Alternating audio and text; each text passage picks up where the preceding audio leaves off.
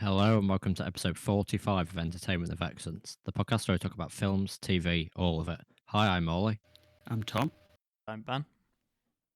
And today we're talking about the 2019 film, Us. This will contain spoilers.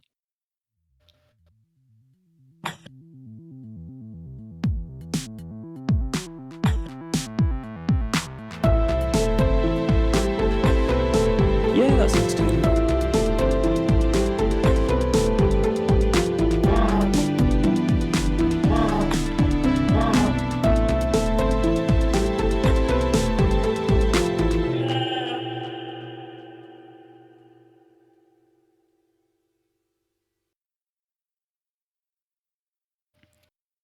Okay, so Us is about a family who is on holiday at the beach.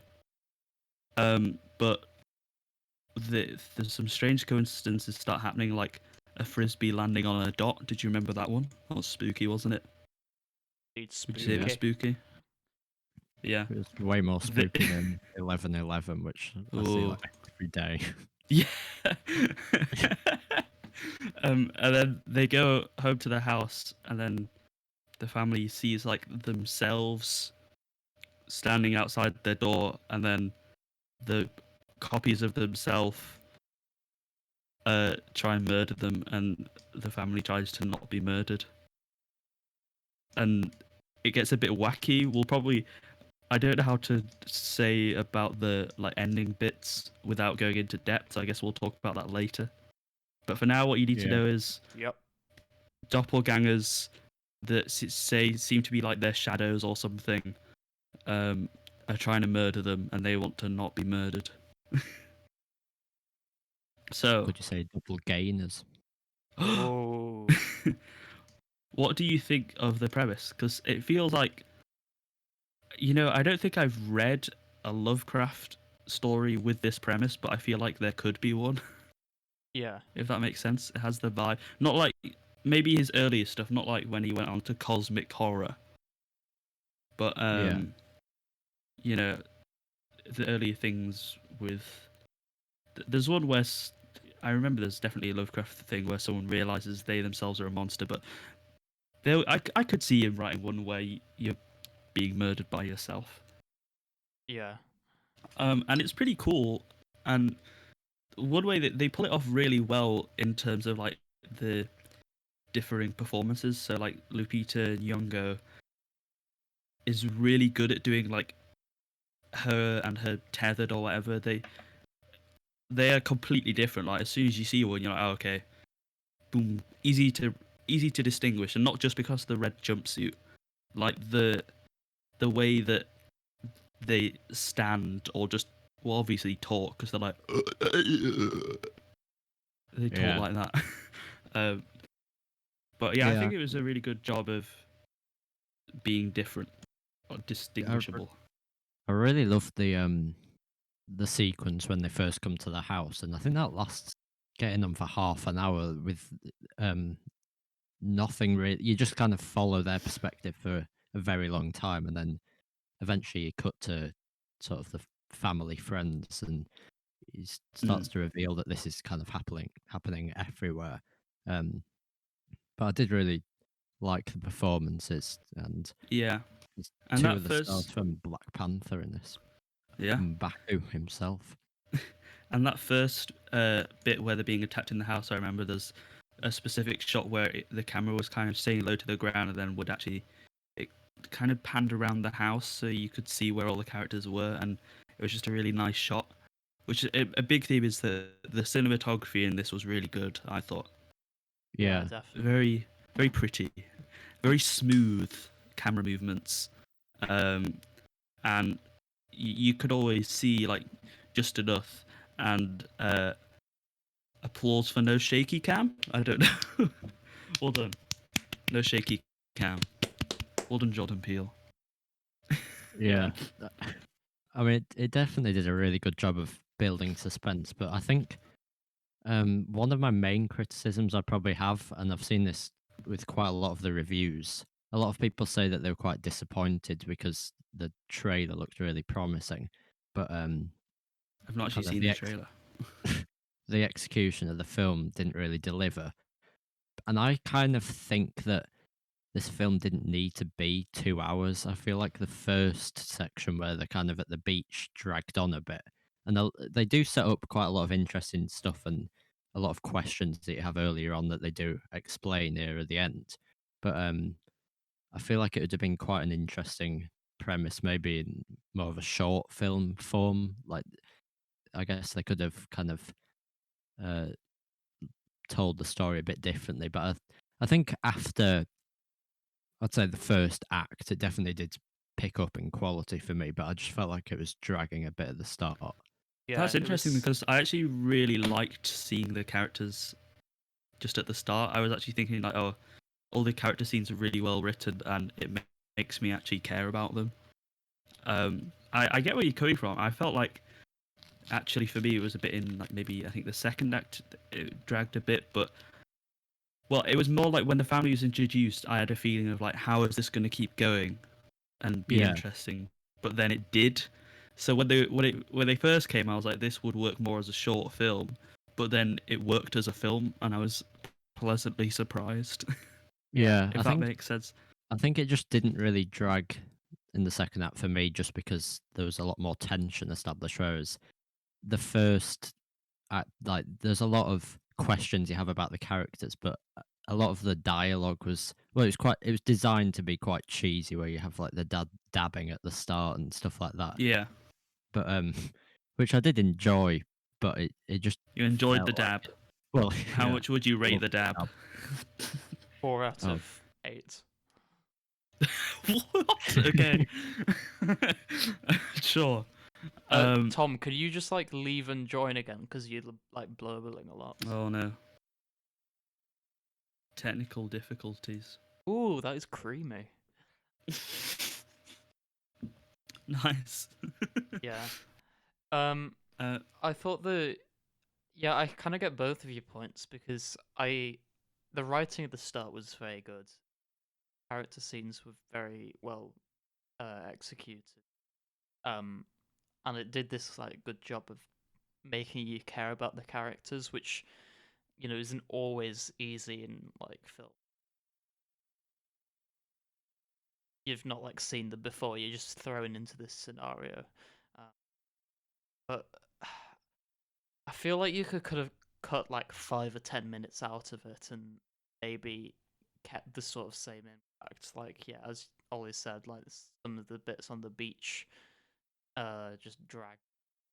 And like, and there was some like clever, like throughout the film, there's like loads of little clever references to twist at the end, but like there was one on the beach, for example, but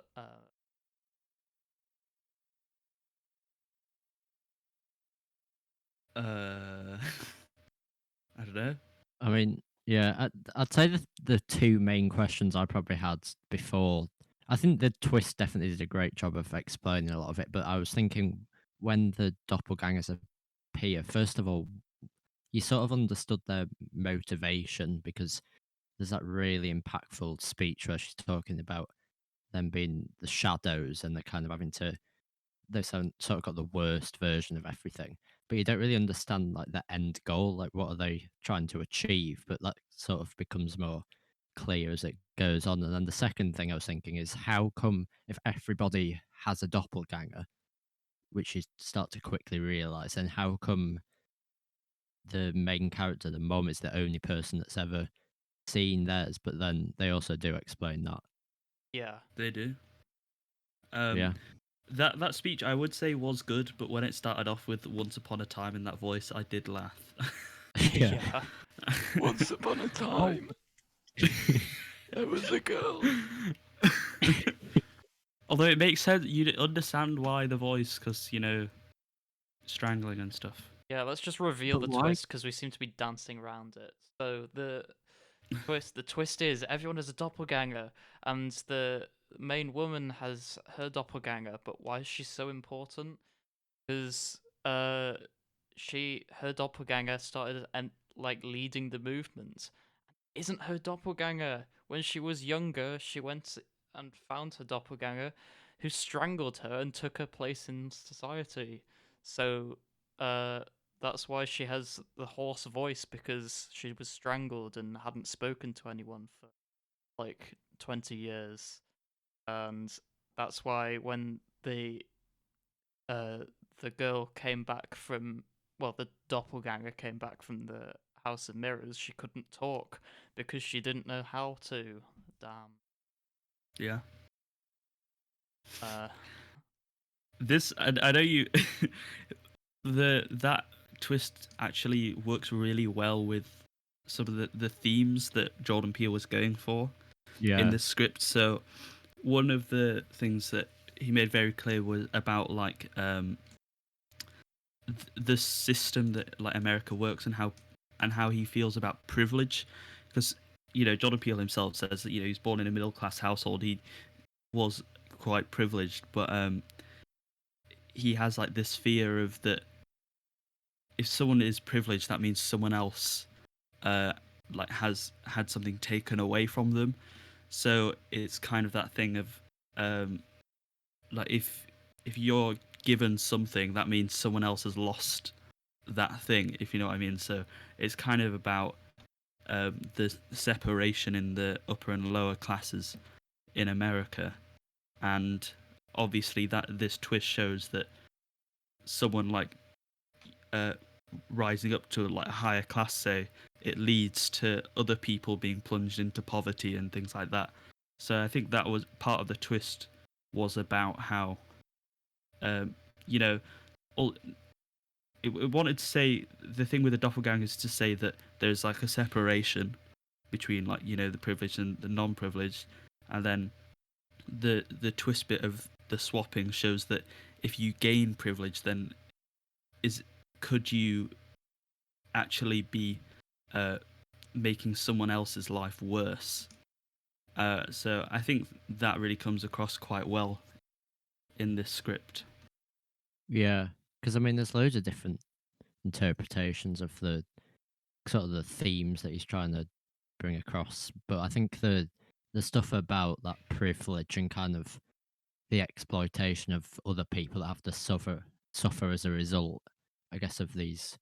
Well, I've seen some stuff that goes on about the theme park kind of being quite central to ideas about society and kind of capitalism, because it it kind of shows that difference between the fact that these people are just blindly enjoying this without really thinking of the repercussions.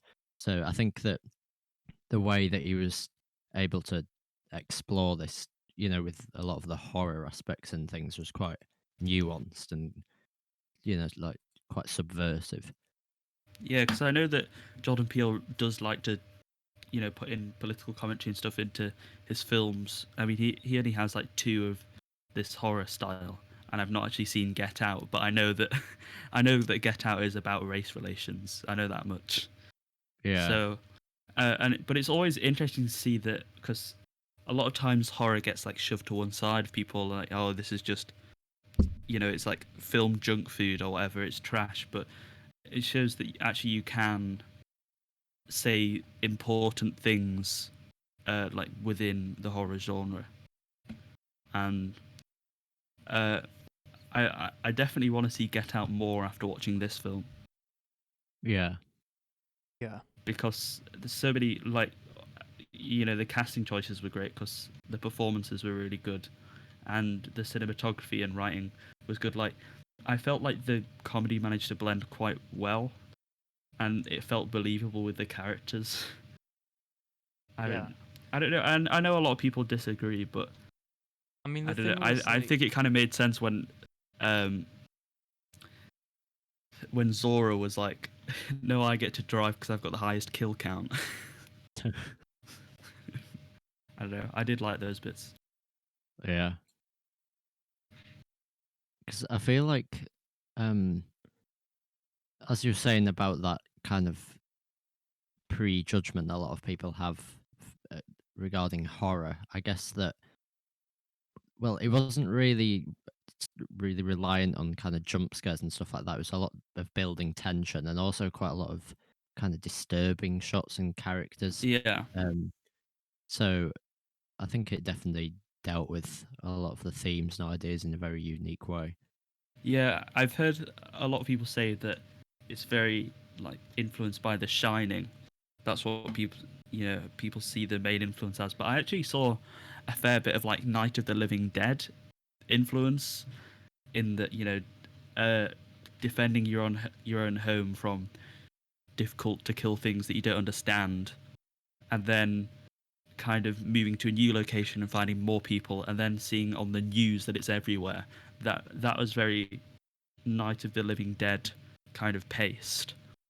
Yeah, So I felt like, Jordan Peele has probably definitely seen a lot of horror, and there was also some like I think it was Norwegian horror film that has influences from, called Funny Games. It might not be Norwegian.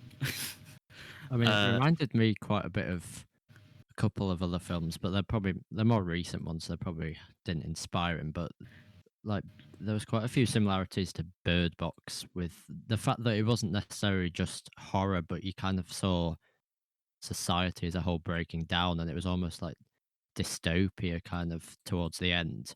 I think it was quite similar in a way to A Quiet Place, uh, which we did on the podcast ages ago. Just sort of showing that desperation where, well, I think the difference with A Quiet Place is the fact that this is just as these things are emerging rather than they've been around for ages. But it, it, I really like the perspective of the characters because he really did see that reaction to something that was so inexplicable. sorry, Funny Games is Austrian, by the way. Just get it out there. No idea where I got Norwegian from. It's Austrian. I mean, what Jordan Peele did with the cast, and I think sort of gave them a list of a few horror films that inspired the watch, so everyone was sort of on this.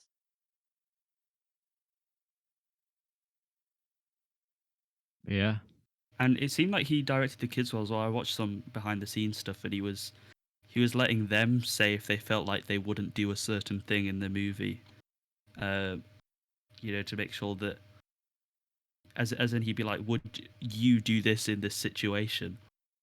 So he kind of let The everyone have girl would actually a say. talk about the. Yeah, yeah.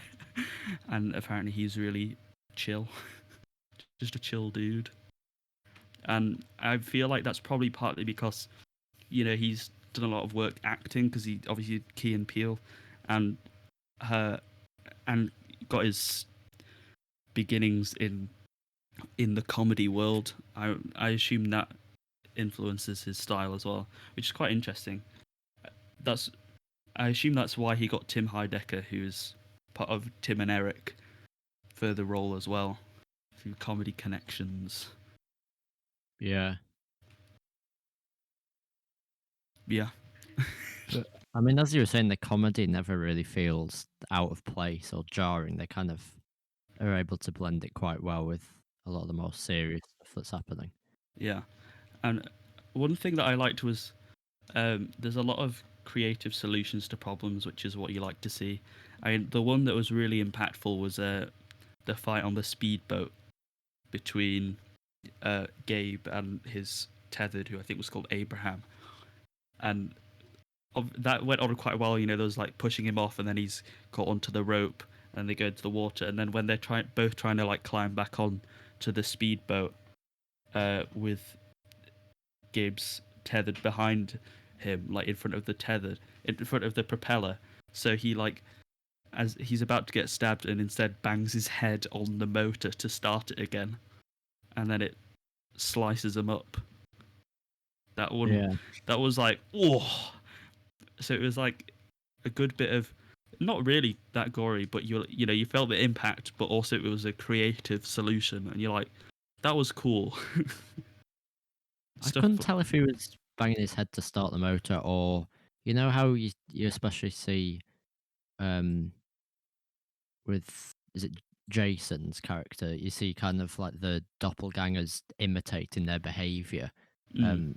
So I wasn't sure if when he bangs his head, he thought that his doppelganger would do the same thing and kind of fall off. But in that scene, I really like the moment where he shoots the flare gun at him, and then like nothing happens. It just lands on the floor, and you see the Yeah, look on his it's face. like, oh, great.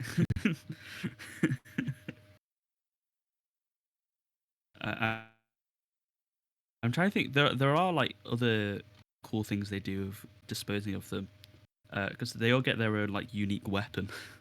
Like Abe with Yeah, his baseball bat. Um, oh, that was it. I liked that, they'd set up the whole cupboard shutting, and then it's not got a handle on the inside, so you can't get out. So Jason uses that to trap his doppelganger. That was cool. And Zora just beats people to death with a golf club, basically.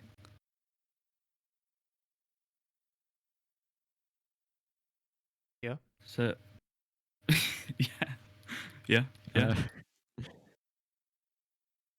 How did you feel about like the way it built tension? What do you think was the main way it did it? Because it doesn't just play on, them seeing the doppelgangers. I think it's it's interesting because it's a completely different way to say like Haunting of Hill House did it, where that used a lot of empty space and things you couldn't yeah, see. It was more kind of a creeping terror of them being followed constantly, I think, or just like the threat of danger. yeah, So I think it was an interesting, different way of doing it. More kind of that's where you get the Shining influence, because in the Shining you can always see what's going on, but you still get like this overwhelming feeling of this is wrong. yeah. I think just what was especially evident with that first scene where they come across the doppelgangers, which is really striking because that kind of immediately follows um, the moments where they're talking about, well, what you presume is some sort of paranoia almost, that they feel like there's always been this a replication of them kind of following them the whole time. But then you kind of understand that, well, is she meant to remember it, or is it kind of implied that these events just act as a catalyst for her remembering it, and she kind of doesn't really truly understand what the situation she's in? Because like at the end when you see her smiling, like, Mhm. did you interpret that as she's only just kind of remembered these events, or what? No, I just saw it as her that because she knew she'd like trapped the true version of herself, and I assume was worried about revenge because the other tethered couldn't really act by themselves. Yeah, So I assume it was more like she knew that she'd be being chased, and then she could kind of stop worrying from then on. That's yeah. how I interpreted it. But in that scene especially, um, you're just constantly waiting for something to happen, and when they kind of each go their separate ways, so the dad goes to the boat, and then um, Jason goes to the cupboard, and then you see what's the girl's name again? Zora. So Zora, yeah. you see her running off, and then a doppelganger's about to chase, and that's a really tense scene, especially when she's looking under the car, and then that guy comes out and he's like, "Why are you on my car?" And then bet he regrets Yeah. doing that. Yeah. What I really appreciated was that as soon as they saw the doppelgangers, they called the police. I was like, I Yeah, feel like this is a horror writer knowing that people will always go like, why didn't they call the police? So he's like, right, they're going to call the police instantly. How about that? And I then, thought it was quite interesting that there was quite a bit of stuff like criticizing the police a bit almost, because I mean, obviously you have the song, playing in the background and then later Mhm. you kind of see, oh, how can the police possibly be on hold? And I mean, it's a bit unreasonable. So this is going on. Well, you don't the whole They do country say or the whole world. there's loads of there's too many twins or Yeah. whatever. So Um, I guess but that's like I can see why, seeing as Jordan Peele is black, and I assume that um, growing up that way, like, because obviously systematic violence against black people by the police won't make you look on them favorably. So Yeah. yeah. I feel like, yeah, he probably was criticizing the police a bit, which is You no, see never that mind, that doesn't moment work. where they turn on the news and then you know that they're trying to work out what happened, and at this point they haven't even worked out that they are doppelgangers. Yeah.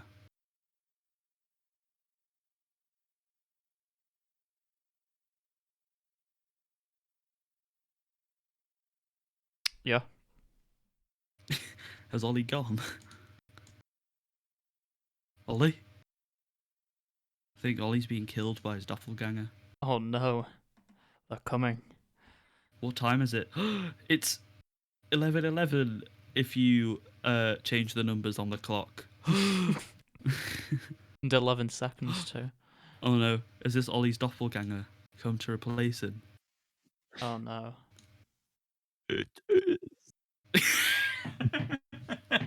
Oh no! Guys, run away! Well, while we're on that, I'll quickly say the 11:11 sprinkled throughout the film is a Bible reference for Yeah. Jeremiah 11:11, which reads, "Therefore thus saith the Lord, Behold, I will bring evil upon them, which shall not be able to escape, and though they shall cry unto me, I will not hearken unto them."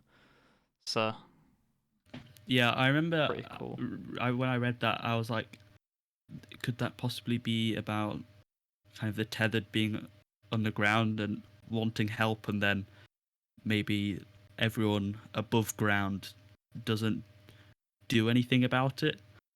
I don't know. Because they do the hands across America thing, but I don't know if it accomplishes anything. Yeah. I And mean, actually, is probably it point because out it that might not be everyone's doppelgangers from like it might not be a global thing, because when they say like who are you, they say we're Americans. yeah. I feel I mean, like that might have been a reference to, like, I saw something in the trivia section of IMDb, obviously where we get all our information from, that I've not been looking there. oh damn. I'm just uh cool. yeah, well, I'm gonna look now though. God, what was gonna say now. Can't believe you distract me Sorry. like that.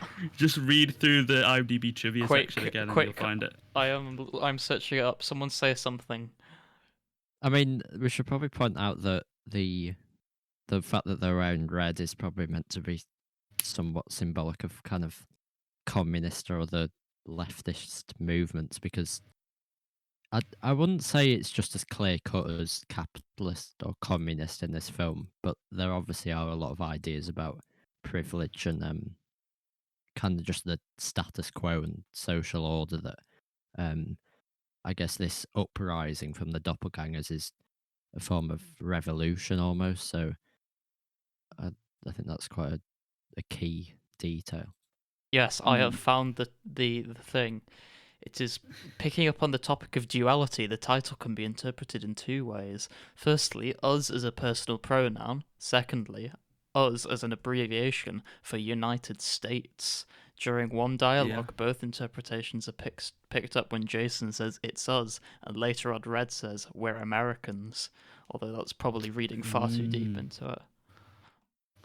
I feel like it makes sense because I saw that as well, and it obviously is supposed to be about the state of America, but and it's supposed to be about the state of America, and also kind of self-reflection is one of the themes, which So I guess it would make sense for the title to be both. Yeah. This might Um, also be reading too deep into it, but I think something that might be quite important in this film is the idea of kind of masks and facades, because you see Jason spends the majority of this film wearing this mask, and if you also look at the poster, you see the idea of a mask. In this case, is just meant to be doppelgangers, and the fact that there's always people like the oppressed people living in the shadow. But I guess you could also say it's kind of that glorified view of American society or capitalism that isn't necessarily true, and there's always flaws associated with it, which you kind of see in this film, especially with the two sides. hmm. Nice. What did you think of the opening message at the very beginning, which reads, "There are thousands of miles of tunnels beneath the continental United States, abandoned subway systems, unused service routes, and deserted mine shafts, many of no known purpose at all." I gotta be honest, forgot about that. I was about to say the same Um, thing. To be honest, Same. I could like in theory stuff like that's really cool, and um in some other things, like it works really well, but I don't know what it was that just made me completely forget about that. I assume it's just set up about the tethered Yeah, yeah. Like um, being kept being in the underground. tunnels. I don't know. Yeah. What did you think of all the rabbit stuff? The Seemed a rabbit bit stuff weird. is right. Jordan Peele is scared of rabbits. That's why. That's why they're in there. Genuinely, Jordan Peele is scared of rabbits and scissors. Hence, the tethered using rabbits and scissors. I saw something And that he said that also he likes to make people scared of things that wouldn't usually be scary, which is why he knows like why would you be scared of rabbits? So like associating them with this spooky thing, I yeah. think he just finds interesting. Yeah. I Because mean, I've seen some criticisms that kind of say that the fact that that's kind of left undeveloped and ambiguous, I kind of like it, but a lot of people have been Yeah, saying I thought that it was fine. this film tries to set things up that it doesn't necessarily know what it's trying to. It doesn't really know what its message is sometimes. But I didn't really Mm. agree. No, I think that Jordan Peele just put it in because he thought it was cool. I think you can Yeah. do that. Didn't you say he voiced So the dying I'm not rabbit sure or if this one something? is confirmed. He was the voice of the Funhouse narrator. yeah, that's been That is for confirmed. definite. And he has said multiple times that he voices a dying rabbit. And I know for definite, I'm pretty sure he was the voice of a dying deer in Get Out. That one is confirmed. Him being the voice of the dying rabbit, I'm not sure if it is, but I have seen an interview where he does both noises. Because I couldn't find a clip of the dying rabbit, but I found a clip of him going like, "Oh yeah, I'm the dying deer in Get Out and the dying rabbit in Us," and then he goes like, "It's like," and the rabbit is like, Lovely. "What a lad!" What a Yeah. G. I saw something that said you could also interpret the rabbits as a reference to Alice in Wonderland. And also obviously with like the Hall Oh. of Mirrors as well, and the red theme being to do with like the Red Queen or something. I've forgotten it already, but like it's pretty The groovy. Queen of Hearts. Yeah, that's right. Yeah. That is also groovy. It is indeed also groovy. Well, at least we pointed that out, because when we did our Snowpiercer episode, I later discovered that there was a massive theory that it's kind of a follow up to Willy Wonka, but we didn't actually mention that in the episode. What? So How? Please explain. did not. Can't remember exactly, but there's like a couple of really detailed videos on YouTube that explain all the similarities and parallels between them. It is by the end you will be convinced that it's the same franchise. Damn, I'm gonna go watch that guess right that's now. a recommendation for today. Snowpiercer, is it? What? I'm so confused and Okay. intrigued. What are you saying that like the people that made the train are they part of the Willy Wonka company or whatever? Just watch it. Okay. Well, what do you think the W stands for? And apparently, you know how at the end, near the end, they need like the kids to go into the system because they're the Yeah. only ones that fit. Apparently, that was It was designed for Oompa originally Loompas. Loompas. Yeah, Oh no! What? This is That's crazy. yeah. What? So is us in the same universe as like George's Marvelous Medicine or something?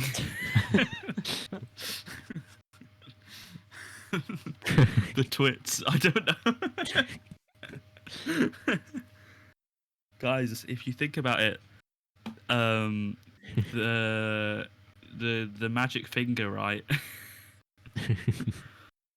Maybe they magicked the tethered people. Oh, same universe. Boom. Ooh. Yeah. Make Yeah. a video essay. I will. I mean, I I'll feel do it. like that's cool, but I think the coolest part of Us in particular is that of the 3 helicopters seen hovering at the end, the closest one can be seen as a Eurocopter Airbus AS355 Twin Star. Unless you're a helicopter fanatic like me, you probably didn't know that that the Twin Star is also known as the Squirrel and has a twin double engine. Twin turbine engine twins? That Whoa. fits into the That's theme of duality in Us. crazy. Whoa. Oh What wait, that could have been intentional maybe because there was that basketball game that was 11-11 and it was like one of the teams was Minnesota and they're called the Twins. Yo. Yeah, but who the hell would pick up on like a helicopter? I feel like it's You, clearly. Well, I mean, apart You from the one me. that realised that. yeah. Yeah. I'm the one that wrote the section on the trivia of IMDb. Speaking of IMDb, there Whoa. seems to be quite a big difference between like the meta score and then the audience score, which seems relatively low, or at least a lot lower than Get Out, which none of us have seen, so we can't compare it to. But I think it deserves higher than 6.8, to be honest. But I guess we'll Yeah. find out when we It do our seems a lot ratings. of people don't like that there is any comedy in it.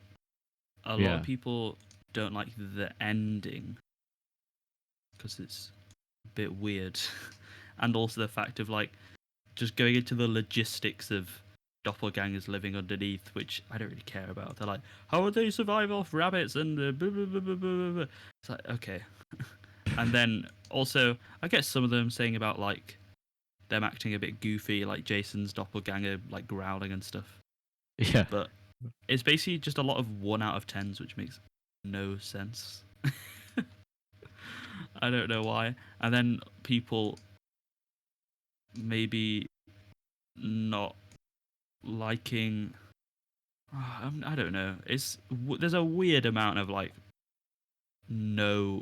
terrible reviews for no Yeah. reason. I mean, as I was saying before about the people that had high expectations from the trailer, but I feel like that the trailer. Ben, didn't we once watch the trailer for Us in an English lesson? I swear we we? did it in like year 11, just randomly. I can't remember. Maybe it was the same time we watched Lava. Oh, I'm gonna But, recommend that. I think that the trailer is largely just the scene where they arrive. I can't really Alright. remember, but I feel like Oh, that scene in isolation maybe? does work quite well. Maybe. Yeah, I don't know. I don't know think what I remember- context we'd watched it. But... I remember doing a poll on like about the. I think it was about the poster or something because it kept asking me questions about like which image intrigues you the most. So I think I may have helped decide on the Us poster. Damn, good for you. I don't even know why I was given that. Because I don't do like survey things at all. So I've no idea why I did it. Nice. Maybe it was just you. Maybe you single-handedly Yeah, made this they poster. just asked me. Well, why didn't they ask all of us? Ooh. Ooh. Oh, That's funny because it's the title of the film. Yeah. Ooh. What did you think of the music? I thought I it thought was it was pretty good. cool. I liked the. Us. I liked that. I love the opening Did you like sequence that? where like the credits were on screen. It was zooming out from the rabbits with the you know. Yeah. It lasted quite a long time, but it definitely helped build a mood. I don't understand why there's so many bad reviews, like unbelievably bad. What? This is crazy. I'm still trying to find out why people hate it, but they literally just say this is a terrible movie, and I'm like, why? The plot ruins the film. Well, what the plot like is the film? What? I don't understand. I'm trying to. If I could give it a -1, I would. This movie is by far the worst I've seen in a long time. Bloody hell! He must have not seen particularly good movies.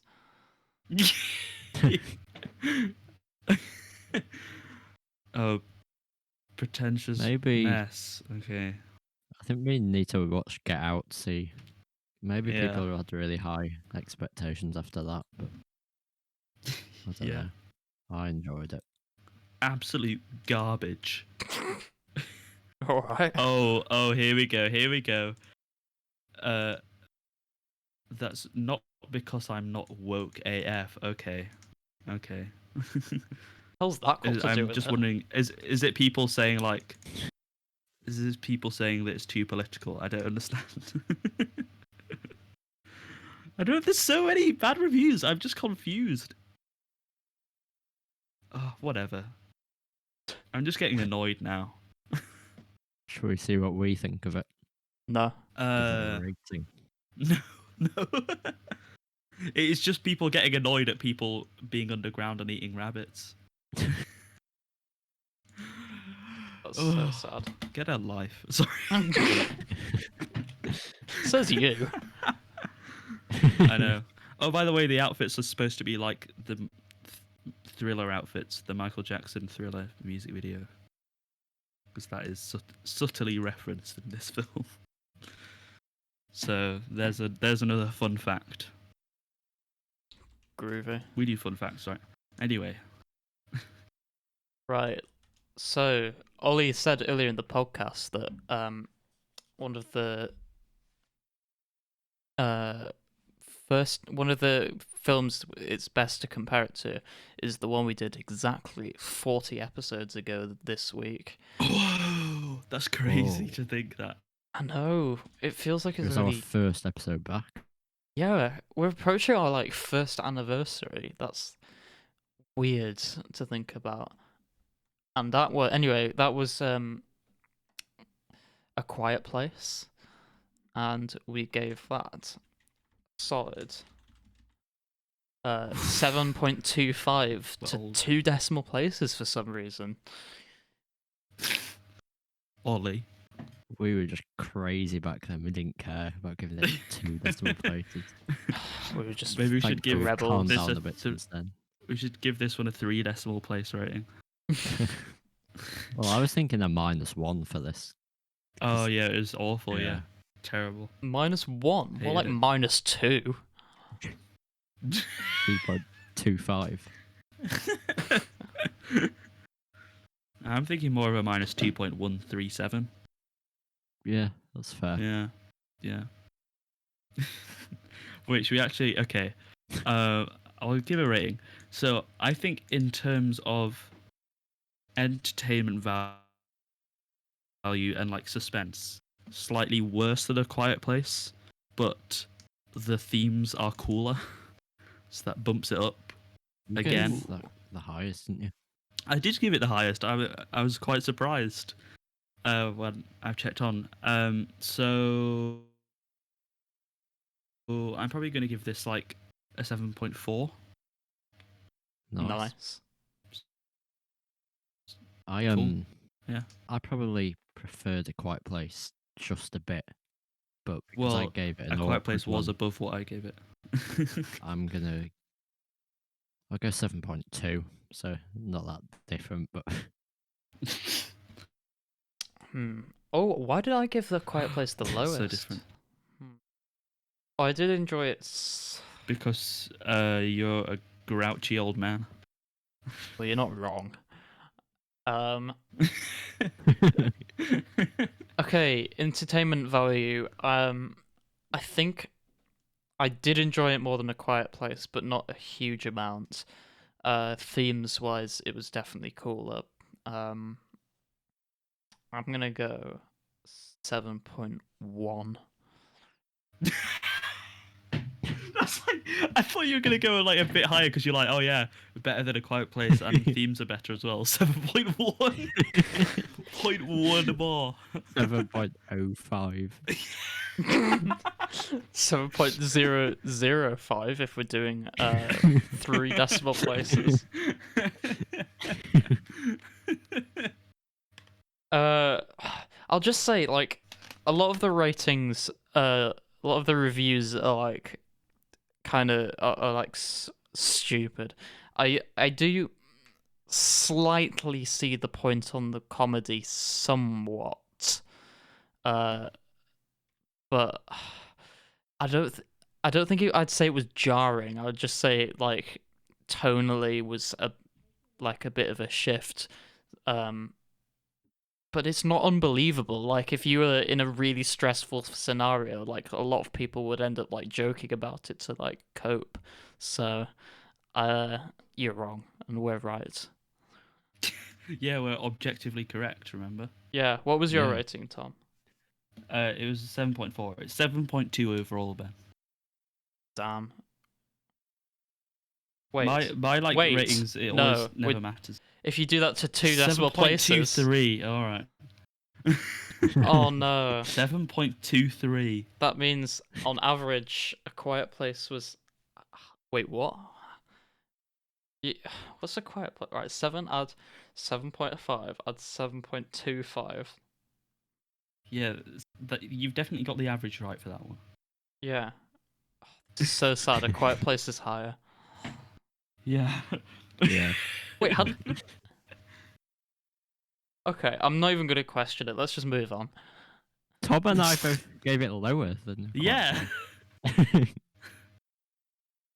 Nice.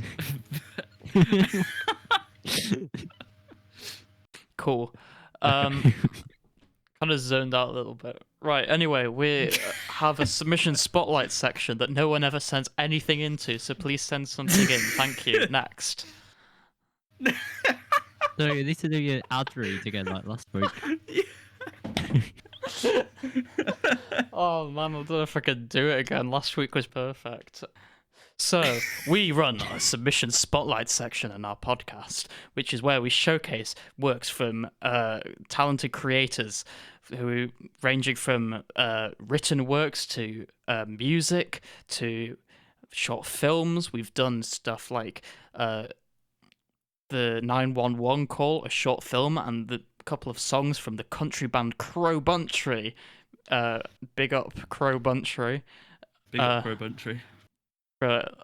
Previously on the podcast. So if you would like to have your work reviewed by 3 people who are objectively right, then you can send us a link via the contact form on our website, or DM us on Instagram or Twitter, which are both at ERV Podcast, or leave a link somewhere because we're desperate at this point. We'll find it. Thank you for listening. All right, see ya. Wait, no. Simmer down. Simmer down. It's time for recommendations. Is Time it? for We have Ollie recommendations singing the this jingle week? no one's ever heard. What jingle? Right, recommendations. Who wants to go first? Trick question, me. You've gone first. Yeah. The last 4 episodes. This is like your section where you like shine because you just always have so many. So a couple of weeks ago, King Gizzard released a new album, and I forgot to talk about it. It's Sorry, so King sad. Gizzard and the Lizard Wizard is their full name. Can't believe you'd forget the Lizard they- Wizard. And this album is LW, the second half of KG, and the third volume of Microtonal Tunings albums. I hope you can remember all that. But yeah, LW, it's got some bangers. It starts off really strong. It's got like microtonal jazz funk songs. Static Electricity is an absolute bop. It's got like the final song is a really long doom metal track, and it's my favorite thing on the album. It's just like really heavy riffs and also weird time signatures like 11/8 and stuff, just because they do what they want. And you know they're still talking about climate change and stuff like that. Don't worry. And even now on the songs with like Supreme Ascendancy, it seems to be about rich people getting away with stuff. So some cool lyrics, although you know usually they don't always go too in depth. King Gizzard like repetition, but yeah, it's just a good album to listen to, and the transitions between all the tracks are very smooth and cool. Cool. Listen to King Gizzard and the Lizard Wizard, please. Nice. Well, surprisingly, I also have a recommendation this week. Nice. Sticking Ben, do you to, have a recommendation to do with music? sticking on the theme of music. You did not tell me about this beforehand. No, I did not, You and we definitely definitely didn't didn't tell me agree what that I'd it do this. Yeah, so on Friday, just a couple days ago, there was a new song that came out, and it's kind of taken like everyone by storm. It's really popular. It's by the duo Silk Sonic, which is comprised of Bruno Mars and Anderson .Paak. What an absolute squad. The track is called Leave the Door Open, and it's just this really gorgeous like 70s soul ballad. And it features some like great drumming from Anderson .Paak, some groovy lyrics, some great mixing, and altogether it's just a groovy vibe.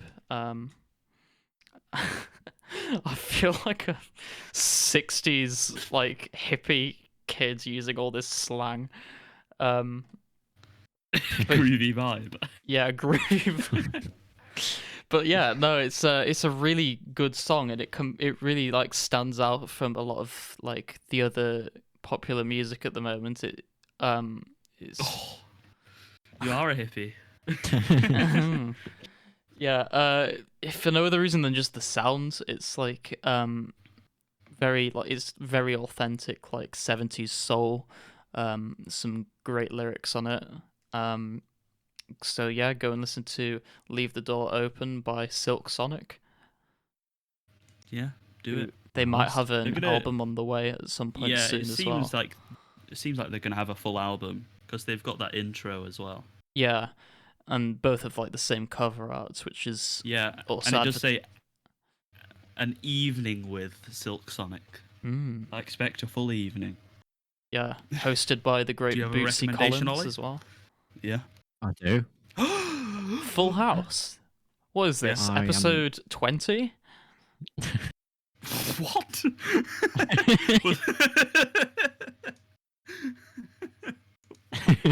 Okay. Is that some sort of what was episode 20? Is that a reference? I don't know. It's just like we never have full houses. But why? We was forgot to check 20? what 20 is now. What? It was It was Kangaroo Jack. Kangaroo Jack. Wait, now I think about it, I feel like that's even more stupid, because didn't we just like leave recommendations because none of us like No, could be we bothered? recommended No, we Birdemic, I think. Oh yeah. But we'd already done Birdemic. I know. Why do we recommend Birdemic? Because it's a better bad film to watch. Did we actually? Obviously. Okay, think never so. mind. Okay, go. Ollie, do your recommendation. Right, Now. all right. My recommendation is a film, and it's about some men, and they're pretty angry. And do you know how many there are? 12? There are indeed 12.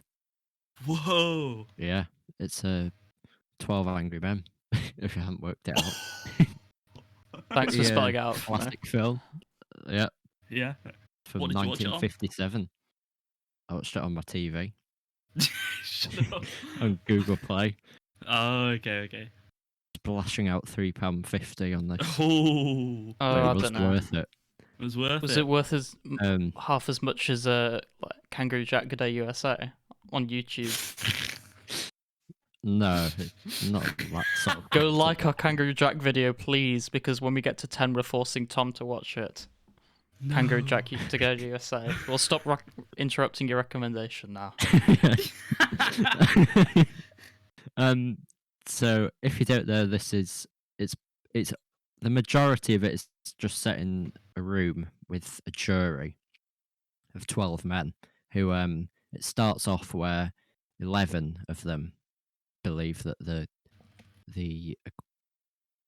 person who's been accused of murder, this 18-year-old, is guilty, and there's one who's not guilty, not necessarily because he has any evidence that he's innocent, just because he's got a reasonable doubt.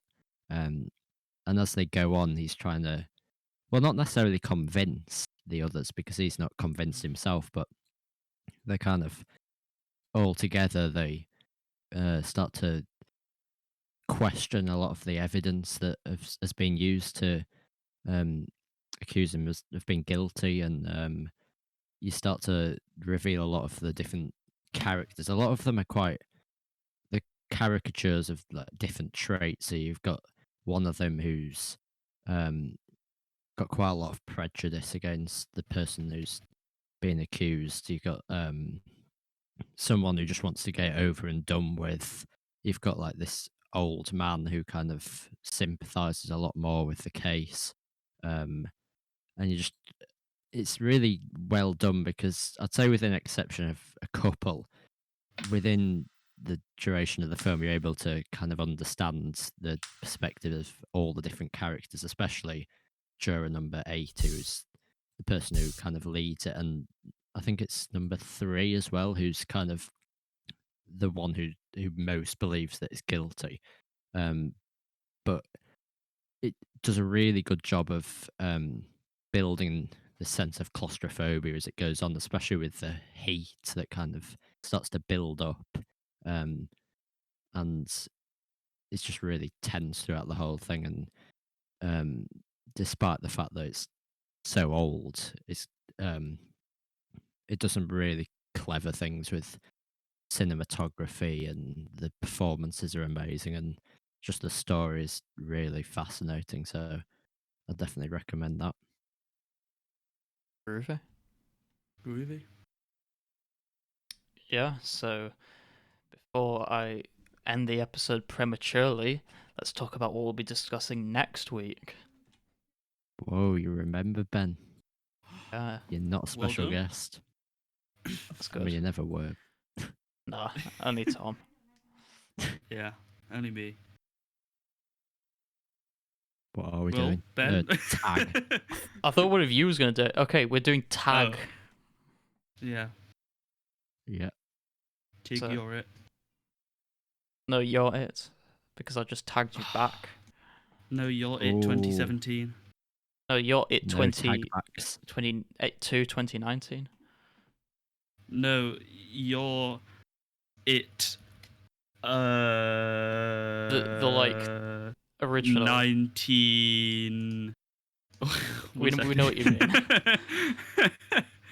1990. Well, you're it's the book. Well, you're it 1927. Oh. Oh, bet you weren't expecting that one. No. pulling out the 1927 It. No coming back from that. Alright. You're It doppelganger. Oh! Get wrecked. Right, I'm dead now. Anyway, your 1927 movie was almost as good as Nice. Joker from 1991.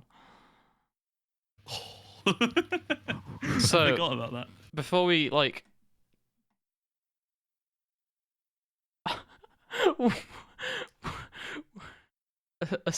What have you put in episode 45 chat?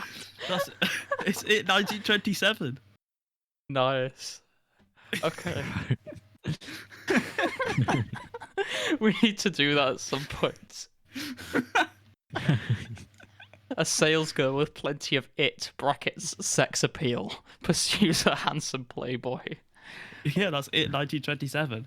Nice. And also 2017 if you think about it. True. Cool. Smash Okay. like and subscribe if you want to see us doing It from 1927. Smash it. Break your computers. Like, Yeah. yeah, Throw them to the floor. all 4 of them. Yeah. Yeah. No, let's hang up. We are on. Not hang This up. is a disaster. You can tell I'm quite tired. Yeah, we are on Instagram and Twitter at ELV Podcast, both of which we never post on, but we'd like you to follow anyway. We also have a mailing list, which we never update, on our website, which we never update. Which is entertainmentsofexcellence.weebly.com. So you can go there and subscribe in the off chance that we ever update it. Thank you for listening. Hopefully you'll tune in next week to watch us do It from 1927. Oh, we're doing Tag. Okay. Yes, I know. We're doing Tag. Right. All right, see ya. Alright, see you. Alright, see ya.